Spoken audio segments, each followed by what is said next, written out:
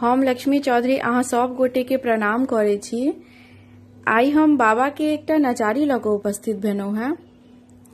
रचना हमर स्वयं के अइ। गीत नीक लागत ते गीत के शेयर करब और एहि चैनल के जरूर से जरूर सब्सक्राइब करब।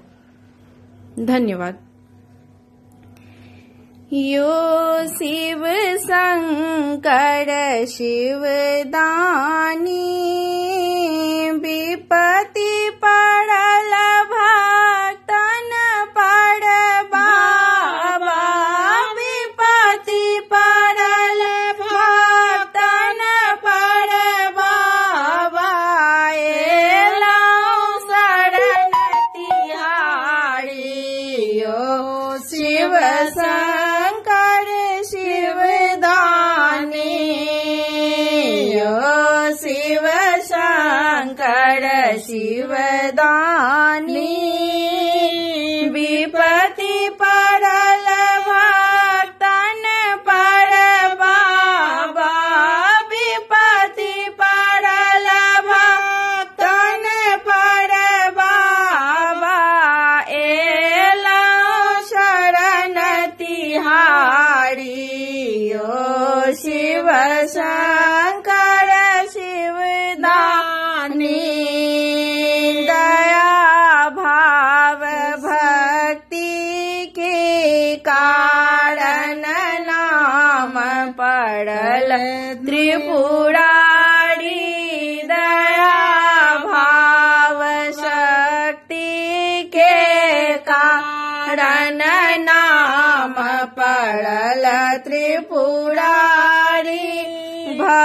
भक्तिहीन जुनि करू महादेव, भक्तिहीन जुनि करू महादेव, नयन नीर हम कानी।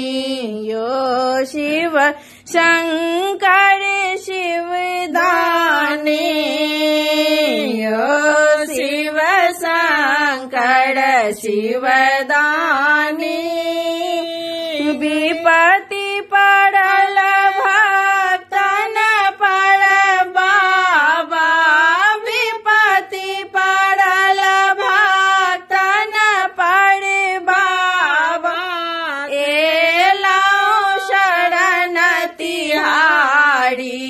यो शिव शंकर शिवदानी, नाम दिगंबर यो कालेश्वर बाबा, बैजू कहलौं नाम दिगंबर यो कालेश्वर बाबा, बैजू कहलौं अभिमान के नाश करू ने, अभिमान के नाश करो ने बाबा, हम अज्ञानी।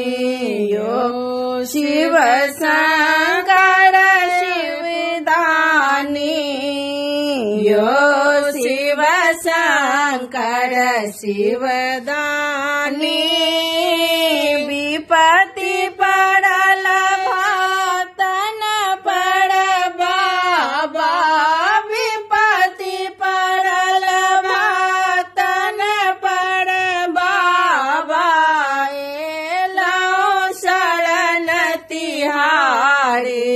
यो शिव शंकर शिवदानी, यो शिव शंकर शिवदानी।